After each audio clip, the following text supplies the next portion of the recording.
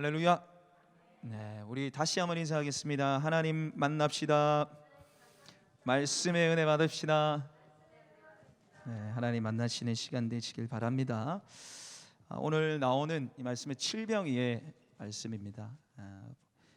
물고기 2마리, 떡 7개로 남자만 4,000명을 먹인 사건이죠. 여러분 칠병이어 하면 생각나는 또 다른 사건이 있죠. 오병이어가 생각납니다. 오병이어가 생각이 나는데 여러분 오늘 오병이어는 마가복음 6장에 기록되어 있고 칠병이어는 마가복음 오늘 8장에 기록되어 있는데 많은 분들이 오병이어는 잘 기억하세요. 자, 예수님이 광야에서 사람들을 먹인 사건은 무엇인가? 그러면 100이면 100은 제 생각에는 오병이어라고 대답할 것 같습니다. 그러니까 오병이어가 사실은 주연이라면은 칠병이어는 조연쯤으로 생각하는 경우가 참 많이 있는 것 같습니다. 이게 참 비슷해요. 그죠? 예수님이 떡과 물고기로 사람 먹인 사건. 그 어떤 또 이상한 자유주의 신학자 같은 경우는 똑같은 사건을 2번 기록한 것이다, 이렇게 얘기하는 사람들도 있습니다. 그러나 엄격히 구분되고 차이 나는 사건입니다. 어떤 구분이 되느냐? 첫째로 숫자의 차이가 나죠. 오병이어는 떡 2개, 물고기 떡 5개, 물고기 2마리고 칠병이어는 떡 7개, 물고기 2마리입니다. 근데 먹인 숫자도 다르죠. 오병이어는 남자만 5,000명, 칠병이어는 남자만 4,000명. 그러니까 숫자는 남자만 셌어요. 여자 아이들 안 셌단 말이에요. 그래서 한 곱하기 4하면 2만 명 정도 먹인 사건인데 그것을 먹은 숫자가 달라요. 그리고 남긴 것을 보면 오병이어는 12바구니가 남았습니다. 근데 칠병이어 같은 경우는 7광주리가 남았어요. 자, 무슨 차이냐면은 바구니와 광주리 차예요. 그러니까 12바구니고 7광주리인데 바구니는 우리 권사님들 들고 다니는 저런 쇼핑백 같은 크기 정도의 광주리고, 바구니고 광주리는 어떤 거냐면 이민 가방 되는 거예요. 사람이 들고 가도 남을 만한 엄청나게 큰 광주리. 이게 어떻게 보면은 사실은 칠병이어가 더 많이 남은 거예요. 엄청나게 많이 남았단 말이에요. 12, 7 완전수입니다. 완벽하게 하나님이 풍부하게 먹으셨다는 거예요. 그러니까 먹고 남은 숫자도 여러분 다른 것이고, 특별히 또 사도행전 9장에 보면 다메섹 도상에서 예수를 만나고 다메섹 성에서 바울이 말씀 전하다가 도망쳐 나왔죠. 그때 타고 나온 게 광주리입니다. 그러니까 어른이 타고 가도 될 만한 게 광주리 크기였다는 거죠. 두 번째 차이는 예수님께서 기적을 베푸신 대상의 차이예요. 오병이어 같은 경우는 유대인들, 정통 유대인들이었어요. 그러니까 갈릴리 서쪽 해안에 일어난 사건이지만 오늘 이 본문은 갈릴리 동편이에요. 이방인들에게 베풀어 주신 주님의 은혜라는 거죠. 그래서 특별히 3절 하반절에 보시면 그 중에는 멀리서 온 사람들도 있느니라. 그러니까 유대인이 아는 사람들이 대다수였다는 겁니다. 오병이어는 유대인, 칠병이어는 이방인. 하나님이 베풀어 주신 기적의 대상이 다릅니다. 여러분 이 칠병이어가 이렇게 뚜렷이 차이가 보이고 있는데 이 칠병이어 기적이 빛나는 이유가 있습니다. 바로 기적이 일어났던 장소 때문이죠. 기적이 일어났던 장소가 어디입니까? 광야입니다. 광야. 아무 먹을 것이 없는 광야에서 이런 일이 일어났다는 거예요. 삶을 두고 사람들이 이런 얘기합니다. 삶은 쏜살 같다. 삶은 길이다. 삶은 여행이다. 삶은 달걀이다. 아무도 안 오시네. 전 재미없죠. 저는 오늘 이렇게 얘기하고 싶습니다. 삶은 광야다. 오늘 성경이 그렇게 우리에게 얘기하고 있어요. 삶은 광야다. 메마르고 촉박한 광야. 우리 인생이 메마르고 촉박하다는 거예요. 어디로 가야 할지 모르는 광야. 우리의 앞길을 모른다는 것입니다.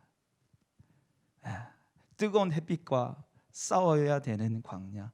우리의 삶이 치열하잖아요. 밖에 나가면 얼마나 생존 경쟁이 일어납니까? 경쟁들이 얼마나 많이 일어나요. 우리 삶이 치해요. 그리고 우리 인생이 광야인데 여러분 인생이 지금 어떻습니까? 메마릅니까? 갈급합니까? 삶의 자리에서 전투를 치르시다가 지쳐 있습니까? 오늘 말씀을 통해서 주님 만나시길 바랍니다.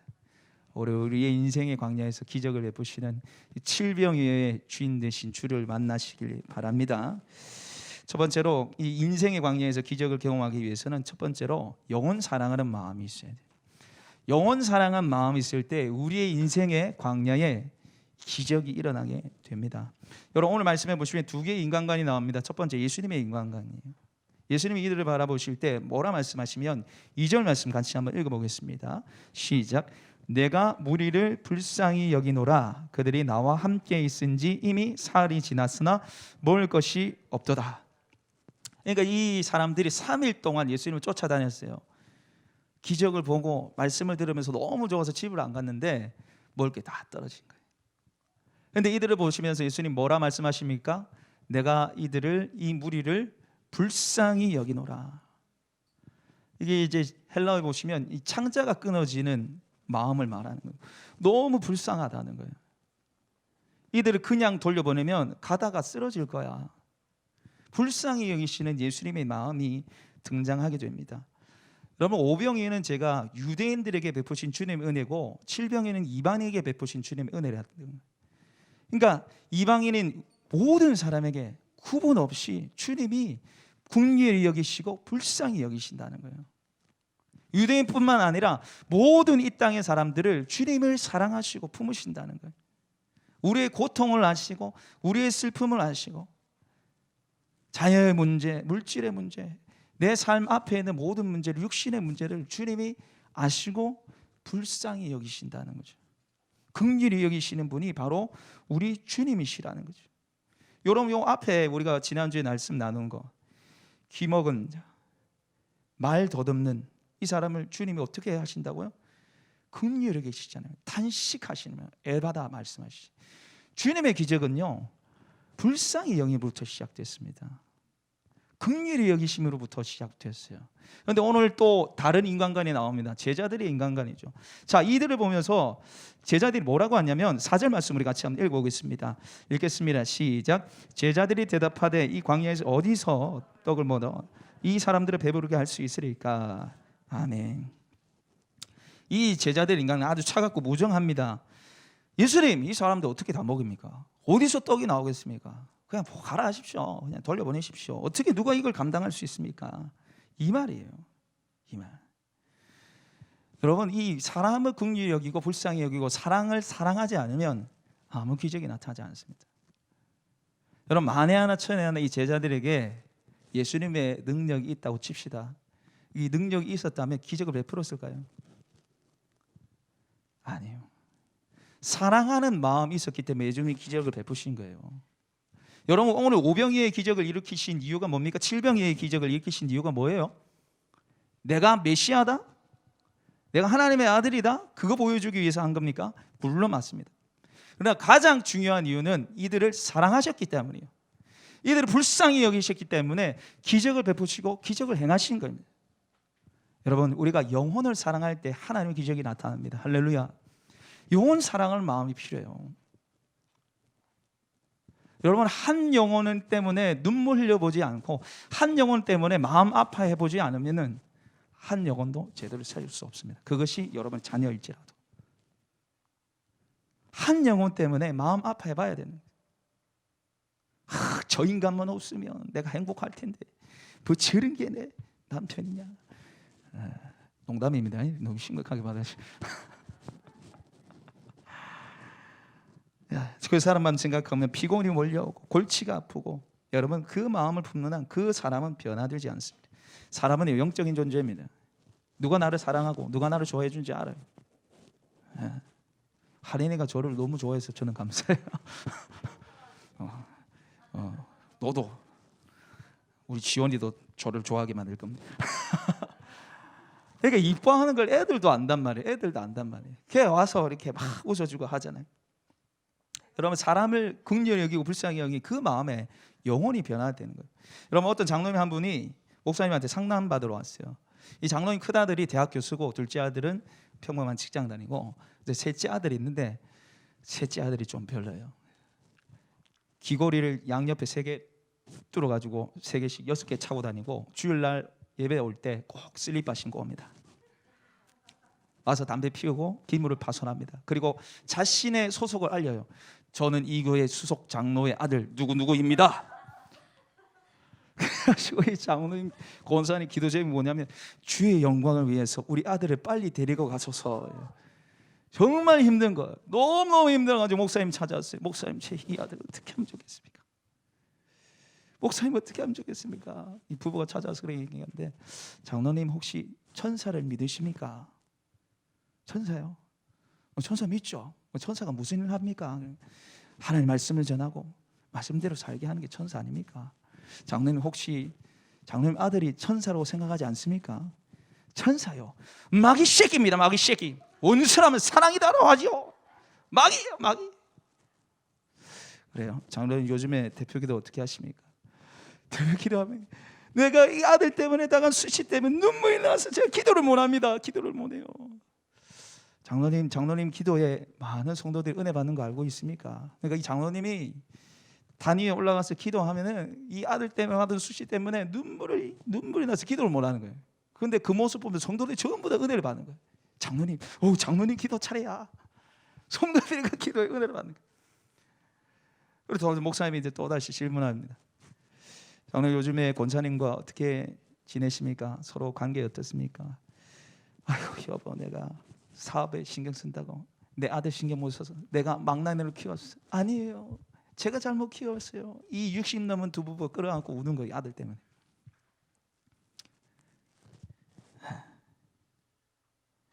마지막으로 우리 목사님 묻습니다.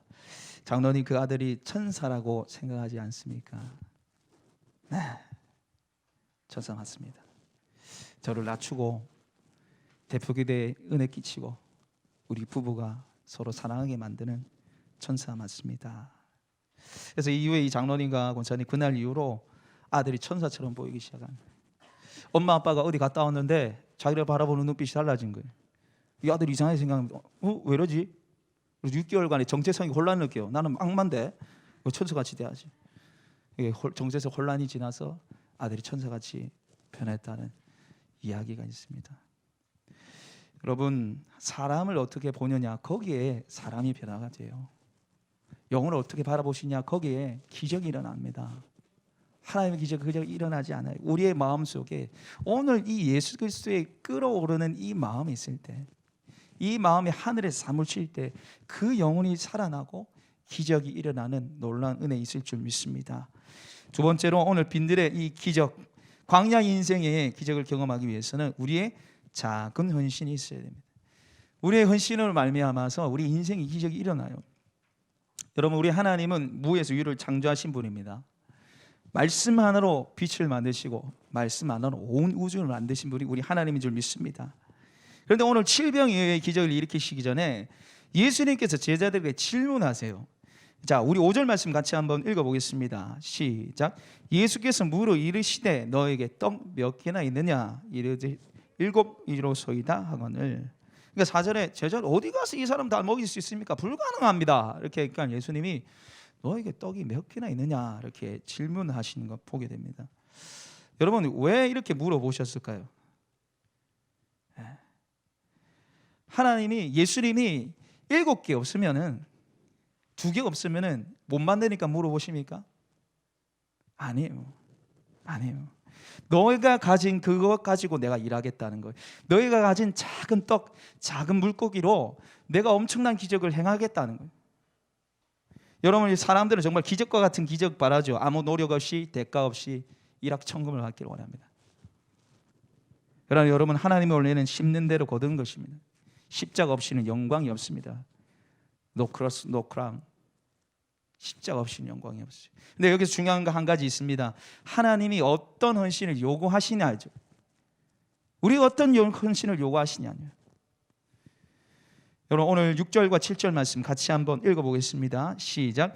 예수께서 무리에게 명하시고 땅에 앉히시고 떡 7개를 가지고 축사하시고 떼어 제자들에게 주어 나누어 주게 하시니 제자들이 무리에게 나누어 주더라. 또 작은 생선 2마리가 있는지라 이에 축복하시고 명하사 이것도 나누어 주게 하시니. 아멘. 여러분, 오늘 이 말씀해 보시면 예수님이 받은 생선을 이렇게 표현합니다. 7절 앞절에 보시면 작은 생선 2마리라 되어 있어요. 여러분, 물고기를 의미하는 단어가 익투스입니다. 익투스인데 여기서 쓰이는 단어가 익투스가 아니라 익디스입니다. 익디스. 자라지 않은 물고기 말이에요. 오늘 성경에도 번역할 때 작은 물고기 2마리라고 되어 있습니다. 이 작은 물고기가 뭐냐면은 우리는 이렇게 낚시를 하잖아요. 낚시는 하면 큰 물고기는 가져가요. 작은 물고기는 다시 던지고. 근데 애매한 물고기가 있습니다.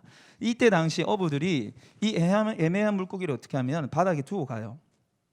가난한 사람들이 그걸 가져가서 소금에 절여서 그걸 먹어요. 바닥에 던져진 물고기입니다. 보잘것없는 가난한 사람들이 먹는 물고기예요.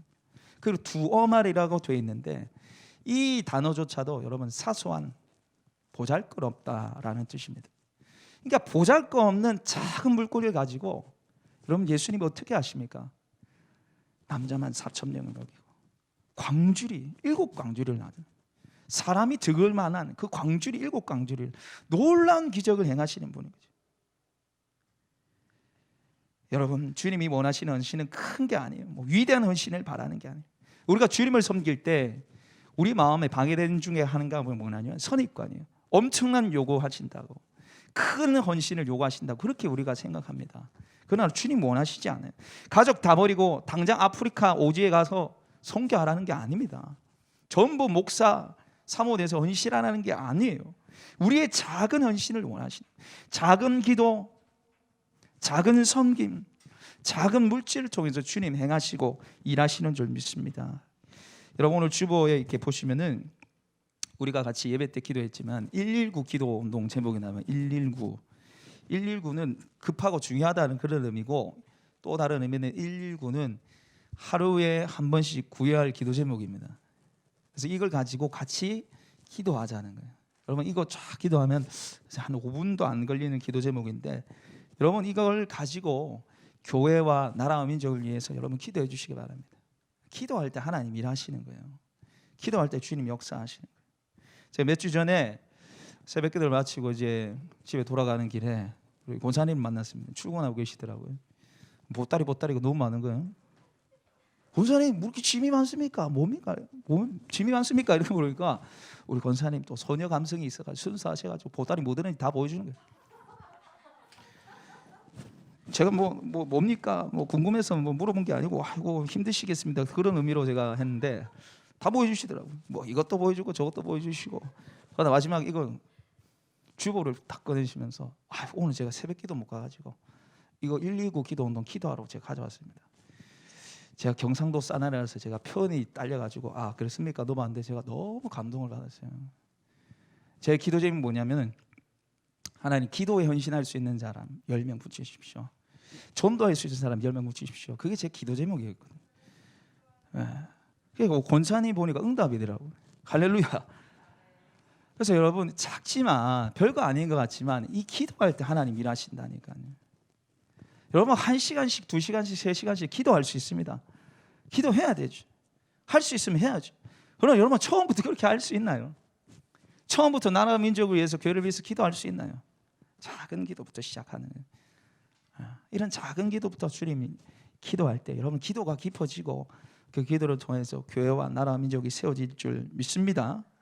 우리 마지막으로 이 광야 인생의 기적을 경험하기 위해서는 주님의 것을 나눠야 됩니다. 주님의 것을 나눌 때 광야의 인생의 기적을 경험할 수 있습니다. 여러분 오늘 7병이어와 5병이어의 몇 가지 큰 차이점이 있다고 그랬습니다. 그렇죠.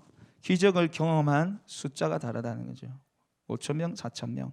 남긴 광주리, 바구니도 다르고. 근데 또 다른 차이점 하나가 있어요. 그것은 바로 제자들이 말하기 전에 오늘 먼저 예수님이 내가 불쌍히 여기노라고 말을 했다는 거예요. 자, 우리가 돌아가서 오병이어의 기적 때 어떻게 했는가 한번 보겠습니다. 마가복음 6장 35절과 36절 한번 보겠습니다.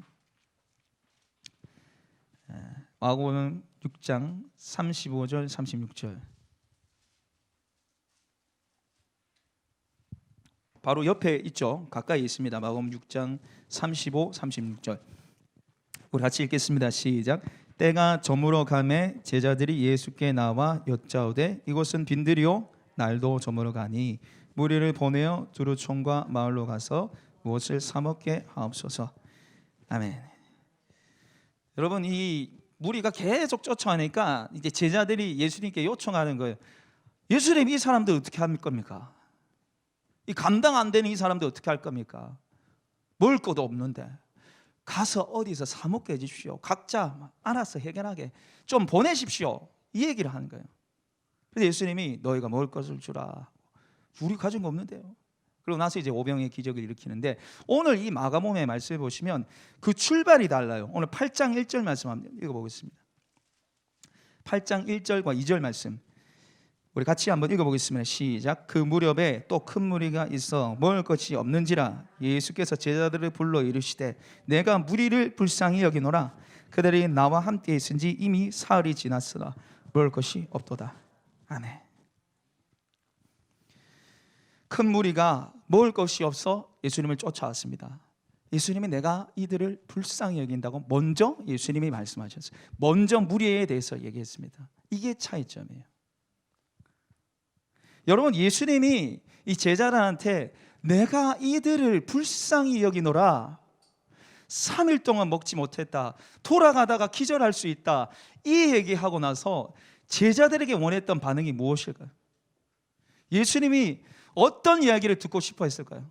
주님, 이번에 어떻게 하시려고요? 말씀하시면 순종하겠습니다. 지난번처럼 또 먹이실 건가요? 우리가 어떻게 하면 되죠? 그걸 원했던 거예요, 주님.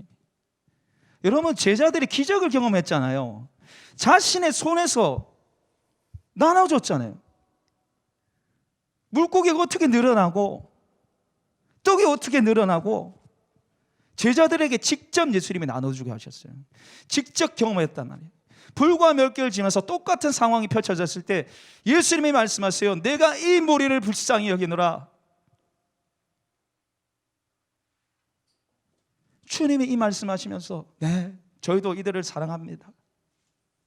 예수님의 마음으로 저희도 먹이겠습니다. 주님, 우리가 어떻게 하면 되겠습니까? 그 반응 원하셨는데 제자들은 뭐라 합니까? 어디서 이 사람들 먹일 수 있습니까? 빨리 보내십시오.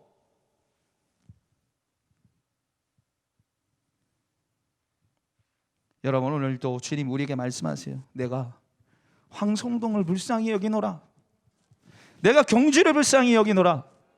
내가 대한민국을 불쌍히 여기노라. 여러분, 이 말씀하신 주님 앞에 우리가 뭐라 해야 됩니까? 주님, 저도 제 인생 책임 못 지는데요. 저 너무 피곤하고 힘들어요. 주님, 지금 코로나인데 누구한테 가서 예수님 전해요? 우리 교회 작은 교회인데 우리가 도움받아야지요. 여러분, 이런 태도로 팔짱 끼고 계시겠습니까? 죽어가는 영혼, 영적인 공급을 받지 못해서 죽어가는 수많은 영혼들이 우리 눈앞에 있는데 주님, 이들을 바라시면서 내가 이들을 불쌍히 여기노라 말씀하시는데 우리가 어떻게 해야 되겠습니까? 주님, 저도 주님이 이 땅을 사랑하듯 저도 사랑하겠습니다.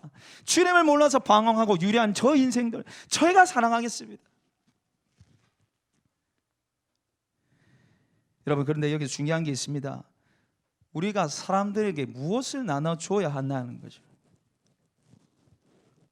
우리가 사람들에게 무엇을 나눠주어야 하느냐가 중요합니다. 여러분, 오늘 본문 6절과 7절 말씀 같이 한번 다시 읽어보겠습니다. 읽겠습니다. 시작.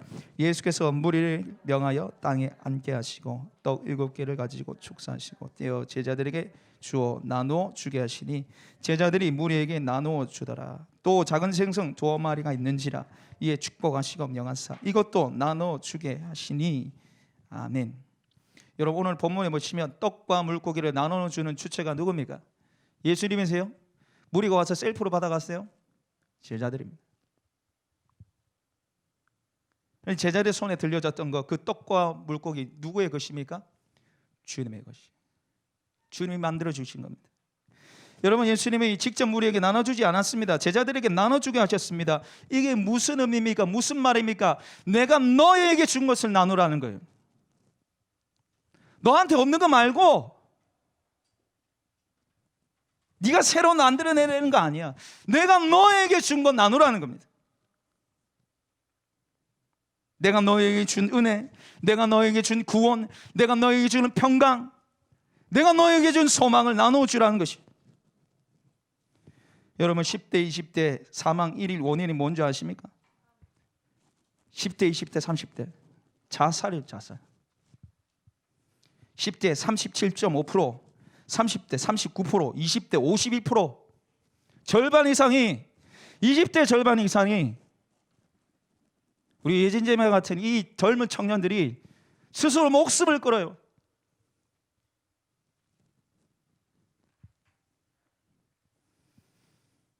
(40대) (50대) 자살 사망 원인이 2위입니다. 암이 1위고요, 자살이 2위예요. 여러분, 코로나로 300여 명의 귀한 생명이 목숨을 잃었습니다. 정말 귀한 생명이죠. 그래서 이 코로나 걸리지 않기 위해서 난리입니다, 난리. 그죠? 행정명령이 떨어져서 마스크 안 끼면 벌금 매기는 시대가 찾아왔습니다. 그러나 여러분, 이보다 더 심각한 질병이 있습니다. 바이러스 있습니다. 바로 우울증, 자살 바이러스예요. 우리나라 자살 공화국입니다. 지난 한 해 동안에 13,799명이 자살로 목숨 끊었습니다. 하루에 37.5명, 40분당 1명씩 죽었습니다. 여러분, 그런데 인구 대비 가장 자살률 높은 지역이 어딘지 아십니까? 서울, 부산. 서울 21.3명, 부산 26.3명. 1위 경주입니다. 인구 10만 명당 자살 숫자 가장 많은 곳 경주입니다. 전국 평균이 26.6명인데 경주 32.5명. 인구 대비 제일 많이 자살하는 동네, 우리 밟은 경주. 여러분, 이 경주 땅 보면 저 추림이 무슨 마음 품겠어요? 내가 모르는 사이에 죽어가고 있는데, 내가 모르는 사이에 여러분 이웃이 죽어가고 있어요. 여러분 직장 동료가 죽어가고 있고, 여러분 친구가 죽어가고 있고, 여러분 죽어가는 이 영혼들 보면 주님 뭐라 하시겠습니까? 내가 그들을 불쌍히 여기노라. 내가 그들을 불쌍히 여기노라. 내가 그들을 사랑하노라. 여러분, 오늘 질병이 여기 현장 가운데 안타까움에 불쌍히 여기시니 동일하게, 아니 더 마음 아파하시면서 말씀하십니다. 내가 그들을 위해서 마음이 찢어지고 가슴이 찢어지고 마음이 녹아진다. 그리고 동일하게 주님 우리에게 말씀하세요. 너희가 먹을 것을 주라. 너희가 나눠 주어라. 내가 너에게 준 구원의 은혜, 내가 너에게 준 구원의 감격, 내가 너에게 준 그 세상에 줄 수 없는 평안, 그거 가지고 살리라는 거예요. 나는 너를 통해 내가 나눠주길 소망한다. 나는 너를 통해 내가 나눠주길 원한다. 여러분, 오병이어의 7병이의 이 떡은요, 표적입니다. 떡만 나눠주신 게 아니라 요한복음 6장 말씀에 보면 내가 산 떡이라고 했습니다. 내가 생명의 떡이라고 했습니다. 예수 자신을 나눠주신 거예요. 그 주님이 나를 통해서, 우리를 통해서 나눠주길 원하신다니까요. 나를 몰라서 죽어가는 저 수많은 방황의 인생들 찾아가서 살리라는 거예요.